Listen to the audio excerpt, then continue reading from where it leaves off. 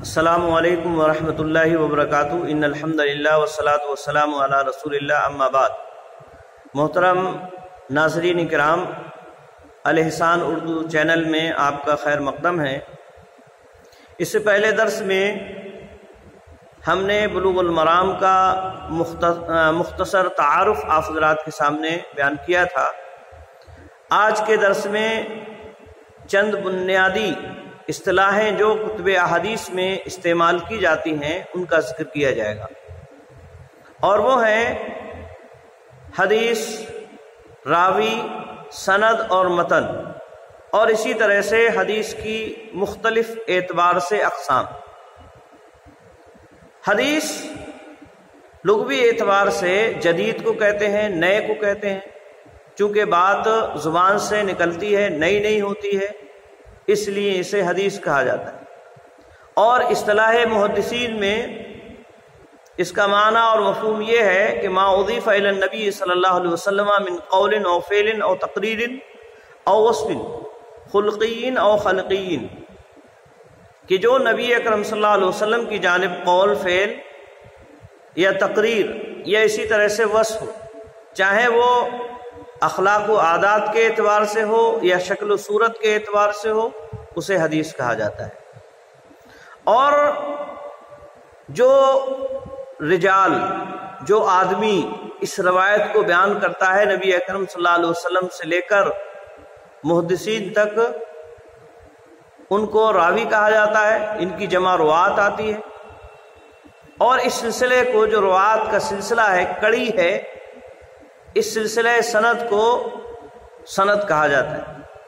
اس کا ایک اور نام بھی ہے اسناد بھی اسے کہتے ہیں۔ اور یہ اسناد کا سلسلہ، سند کا سلسلہ، راویوں کا جو سلسلہ ہے، جہاں ختم ہوتا ہے اور نبی اکرم صلی اللہ علیہ وسلم کی جو بات شروع ہوتی ہے، آپ کا قول یا فعل یا تقریر جہاں سے شروع ہوتی ہے، اسے متن کہا جاتا ہے۔ تو یہ چار چیزیں آپ کے سامنے رکھی گئیں۔ اب آئیے حدیث کے اقسام کو دیکھتے ہیں۔ حدیث کی مختلف اقسام ہیں، مختلف اعتبار سے۔ اگر ہم بات کریں اس کے متکلم کی طرف منسوب ہونے کے اعتبار سے، تو اس کی بنیادی طور پر چار قسمیں ہیں۔ اگر حدیث کی نسبت اللہ رب العالمین کی جانب ہے اور وہ قرآن مجید میں سے نہیں، یعنی نبی اکرم صلی اللہ علیہ وسلم اس میں یہ کہتے ہیں کہ اللہ رب العالمین نے ارشاد فرمایا، اللہ رب العالمین نے ایسا کہا، تو ایسی حدیث کو حدیث قدسی کہا جاتا ہے۔ اور اگر وہ نسبت نبی اکرم صلی اللہ علیہ وسلم کی جانب ہے، یعنی راوی یہ کہتا ہے کہ نبی اکرم صلی اللہ علیہ وسلم نے بیان فرمایا، یا نبی اکرم صلی اللہ علیہ وسلم نے کیا، یا آپ صلی اللہ علیہ وسلم کے سامنے ایسا کیا گیا، تو اسے مرفوع کہتے ہیں۔ اور اسی طرح سے اگر یہ نسبت صحابہ کرام رضوان اللہ تعالی علیہ مجمعین کی جانب ہے، تو اسے موقوف کہیں گے، اور اگر یہی نسبت کسی تابعی کی جانب ہے تو اسے مقطوع کہتے ہیں۔ اور جو روات کی تعداد ہے، اس تعداد کے اعتبار سے اگر ہم حدیث کی اقسام دیکھنا چاہیں تو بنیادی طور پر یہ دو قسمیں ہیں اس کی، اور وہ ہیں متواتر اور احاد۔ حدیث متواتر اور حدیث احاد۔ حدیث متواتر کا مطلب یہ ہے، یعنی وہ حدیث جس کے اندر بنیادی طور پر چار شرائط پائے جائیں، اور وہ چار شرائط یہ ہیں کہ راویوں کی تعداد بہت زیادہ ہو۔ پہلی شرط یہ ہے کہ راویوں کی تعداد بہت زیادہ ہو۔ دوسری شرط یہ ہے کہ راویوں کی تعداد اتنی زیادہ ہے کہ ان کا جھوٹ پر اتفاق کر لینا محال، یعنی وہ جھوٹ نہیں بول سکتی ہے، اتنی بڑی تعداد میں ہے۔ اور تیسری شرط یہ ہے کہ یہ سلسلہ نبی اکرم صلی اللہ علیہ وسلم کے بعد سے لے کر کتاب کے مصنف تک برقرار رہے، یعنی یہی تعداد کتاب کے مصنف تک برقرار رہے۔ اور چوتھی شرط یہ ہے کہ اس حدیث میں جو متن ہے یا جو بات اس میں بیان کی گئی ہے اس کا تعلق مشاہدے سے یا مسموعات سے، یعنی کوئی ایسی چیز ہو جسے دیکھا گیا ہو یا ایسی کوئی چیز ہو جسے سنا گیا۔ تو بنیادی طور پر یہ متواتر کی 4 شرائط ہیں، اور جو حدیث متواتر ہوتی ہے وہ مقبول ہے اپنے آپ میں، کسی اور مزید شرط کی اس میں ضرورت نہیں۔ یعنی اگر اتنی بڑی تعداد ہے اور ابتدا سے لے کر انتہا تک یہ تعداد برقرار ہے، جھوٹ پر ان کا اتفاق کر لینا محال ہے، تو یہ ایک دم شرعی حکم ہے اور اس میں اور کسی مزید شرط کی ضرورت نہیں۔ جبکہ حدیث احاد یا جسے خبر احاد کہا جاتا ہے، اس کا معاملہ اس کے برعکس، کیونکہ اس میں اور بھی بہت ساری شرائط ہیں جس کا ذکر انشاءاللہ العزیز آئندہ کیا جائے گا۔ بہرحال خبر احاد یا حدیث احاد کا مطلب یہ ہے جس کے اندر متواتر کی شرائط نہ پائی جائے، یا تو چاروں شرائط نہ پائی جائے یا ان میں سے کوئی ایک شرط ختم ہو جائے تو وہ خبر احاد کہلائے گی، متواتر نہیں کہلائے گی، خبر متواتر اسے نہیں کہا جائے گا۔ اور اگر خبر احاد کی ہم اقسام کی طرف دیکھیں اور اس کی اقسام کو جانیں تو ہمیں یہ معلوم ہوگا کہ خبر احاد کی بنیادی طور پر 3 قسمیں ہیں۔ خبر احاد کی 3 قسمیں کون کون سی ہیں؟ نمبر 1 مشہور، یعنی ایسی حدیث جس کے راویوں کی تعداد کسی طبقے میں 3 ہوں اور 3 سے کم نہ ہو، 3 سے زیادہ ہو سکتی، 4 ہو جائیں، 5 ہو جائیں، 10 ہو جائیں، 100 ہو جائیں، 3 سے زیادہ تو ہو سکتی ہیں لیکن 3 سے کم نہ ہو، اور کسی طبقے میں 3 ہیں تو اسے مشہور کہتے ہیں اصطلاح محدثین میں۔ اور اسی طرح سے دوسری قسم عزیز۔ عزیز کا مطلب یہ ہے کہ سلسلہ سند میں کسی طبقے میں 2 راوی ہیں، 2 سے کم نہیں، بقیہ طبقات میں 2 سے زیادہ بھی ہو سکتے ہیں، لیکن کسی ایک طبقے میں یا 2 طبقے میں یا اکثر طبقے میں یا زیادہ تر پورے سند میں 2 راوی ہیں، تو ایسی صورت میں اسے عزیز کہا جائے گا۔ اور اسی طرح سے تیسری قسم خبر احاد یا حدیث احاد کی غریب۔ غریب ایسی روایت جس کے راویوں کی تعداد کسی طبقے میں 1 رہ جائے یا اکثر طبقے میں 1 راوی ہو بیان کرنے والا، تو ایسی روایت غریب کہلائے گی۔ تو اس اعتبار سے ہم دیکھیں روات کی تعداد کے اعتبار سے تو حدیث کی یہ بنیادی طور پر 2 قسمیں، اور پھر ان میں سے یعنی خبر متواتر اور خبر احاد، اور پھر خبر احاد کی 3 قسمیں مشہور، عزیز اور غریب۔ اب ہم دیکھتے ہیں ایک اور تقسیم حدیث کی، اور وہ ہے حدیث کے قبول اور عدم قبول کے اعتبار سے۔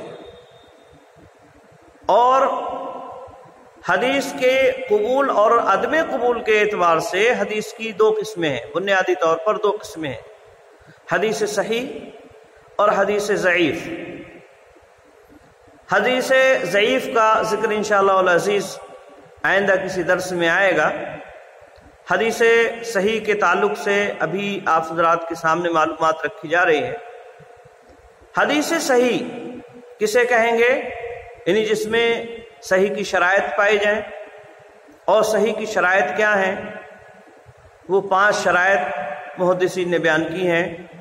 نمبر 1 حدیث کے راوی ثقہ، یعنی راوی جو ہیں بیان کرنے والے حدیث وہ ثقہ ہیں، عادل ہیں۔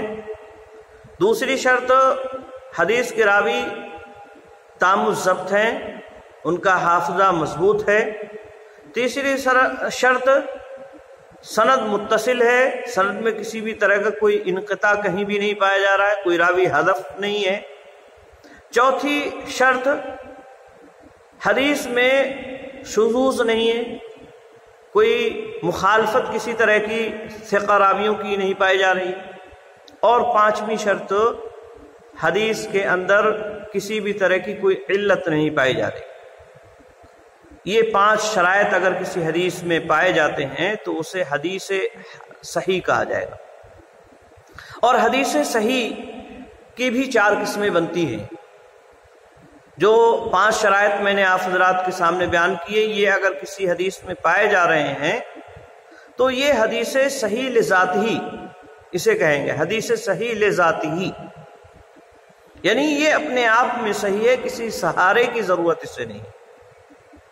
یہ 5 شرائط اگر کسی کے اندر پائے جا رہے ہیں کسی حدیث میں تو یہ صحیح لذات ہی کہلائے گی، اور اس میں کسی اور مزید سہارے کی ضرورت نہیں۔ اسی طرح سے حدیث صحیح کی ایک اور قسم ہے حدیث صحیح لغیرہ، یعنی وہ حدیث جو خود تو صحیح نہیں ہے، یعنی اس کے اندر صحیح کے شرائط نہیں پائے جا رہے ہیں، لیکن بعض دوسرے قرائن کے ذریعے سے وہ صحیح کے درجے کو پہنچ جاتی ہے۔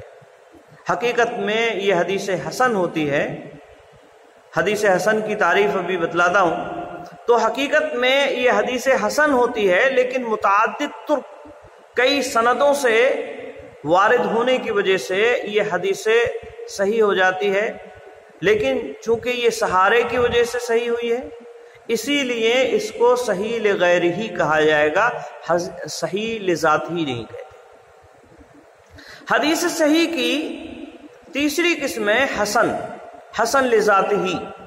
حسن لذات ہی کس حدیث کو کہتے ہیں؟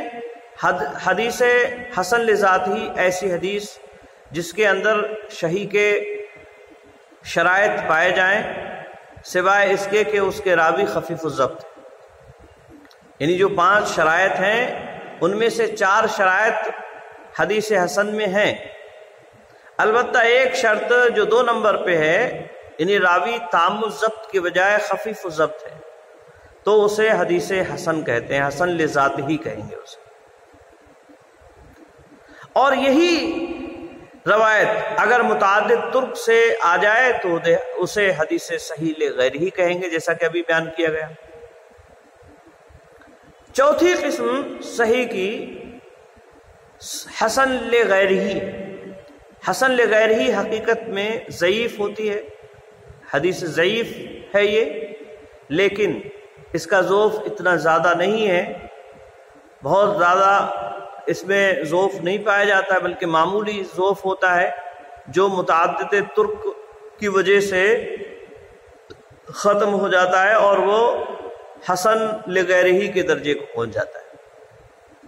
تو اس اعتبار سے حدیث صحیح کی یہ 4 قسمیں بنی، حدیث صحیح لذاتی، حدیث صحیح لغیرہ، حدیث حسن لذاتی، حدیث حسن لغیرہ، اور ان میں سے ہر ایک کی تعریف آپ کے سامنے میں نے رکھی۔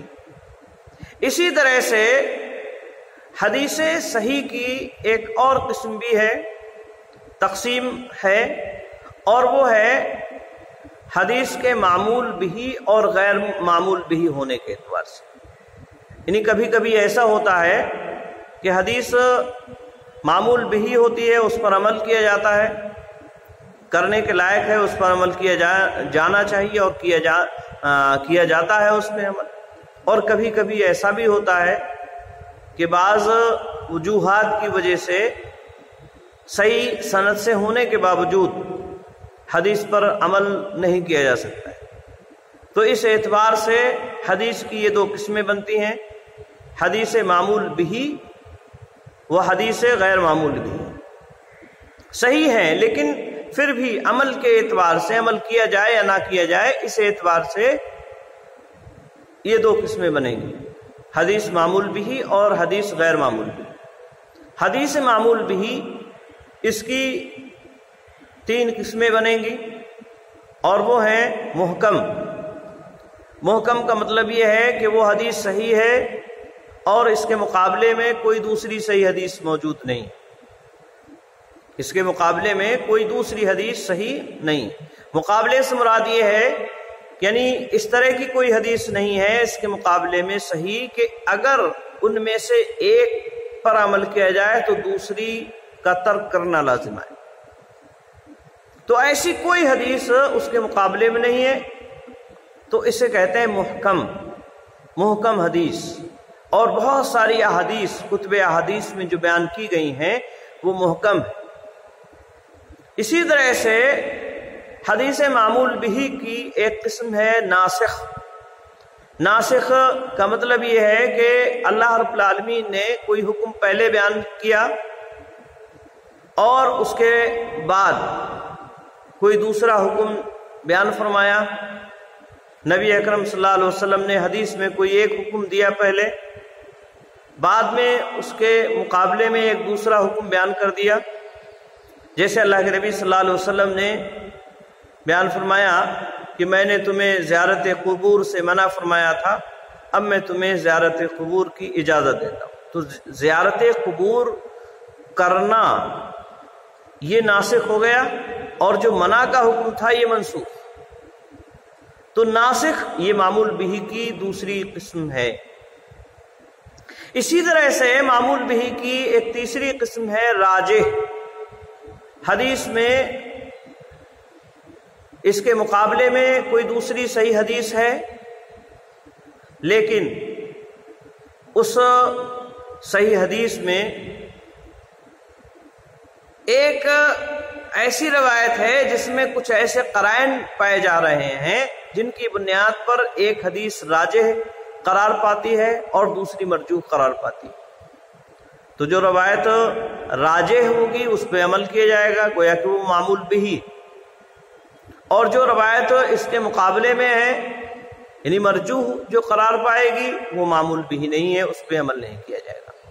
تو اس طرح سے حدیث معمول بہ کی یہ تین قسمیں ہو گئیں، محکم اور ناسخ اور راجح۔ اس کے مقابلے میں حدیث غیر معمول بہ جو حقیقت میں سند کے اعتبار سے صحیح ہوتی ہیں لیکن پھر بھی وہ عمل کے لائق نہیں ہے، ان پر عمل نہیں کیا جائے گا، اور وہ ہے منسوخ۔ نمبر ایک منسوخ، یہ بھی تین ہیں، اور ان میں سب سے پہلے نمبر کی منسوخ، یعنی جو پہلے حکم تھا اسے بعد میں نبی اکرم صلی اللہ علیہ وسلم نے ختم کر دیا اور بعد میں ایک دوسرا حکم دیا، تو پہلا حکم جو ہے منسوخ ہو گیا، اسے کہیں گے منسوخ، اگرچہ اس کی سند صحیح ہے لیکن اس پہ عمل نہیں کیا جائے گا۔ جیسا کہ ابھی مثال بیان کی گئی کہ اللہ کے نبی صلی اللہ علیہ وسلم نے بیان فرمایا کہ میں نے تمہیں زیارت قبر سے منع کیا تھا لیکن اب زیارت قبر کرو، تو زیارت قبر سے منع کرنے والی جو روایات ہیں وہ منسوخ ہیں۔ اور اسی طرح سے حدیث غیر معمول بہ کی دوسری قسم ہے مرجوح، جس کا ذکر ابھی ہوا، جو راجح کے مقابلے میں ہے، یعنی اس میں ایسے قرائن نہیں پائے جا رہے ہیں جن کی بنیاد پر اس پر عمل کیا جائے، تو یہ بھی معمول بہ نہیں ہوتی، اس پر بھی عمل نہیں کیا جائے گا۔ اور اسی طرح سے تیسری قسم مختلف الحدیث یا مختلف الآثار، مشکل الآثار بھی انہیں کہا جاتا ہے، اور یہ وہ حدیث ہوتی ہے جو آپس میں دو حدیثیں آپس میں ایسی ایک دوسرے کے مخالف ہیں کہ ان میں سے ایک پر عمل کیا جائے تو دوسری کا ترک کرنا لازم ہے، اور ان میں نہ تو کسی بھی طرح کا کوئی نسخ ثابت ہو رہا ہے، یعنی یہ بھی ثابت نہیں ہو رہا ہے کہ یہ حدیث منسوخ ہے ان میں سے ایک، اور نہ ہی کوئی قرینہ اس طرح کا پایا جا رہا ہے کہ ایک کو راجح اور دوسری کو مرجوح قرار دیا جا سکے، تو ان حدیثوں پر عمل سے توقف اختیار کیا جائے گا، رک جایا جائے گا یہاں تک کہ کوئی ایسا قرینہ مل جائے جس سے راجح یا مرجوح پتہ چلے، یا کوئی ایسی حدیث مل جائے جس سے یہ ثابت ہو جائے، کوئی ایسی بات ثابت ہو جائے جس سے یہ ثابت ہو جائے کہ یہ حکم پہلے کا ہے اور یہ حکم بعد کا ہے۔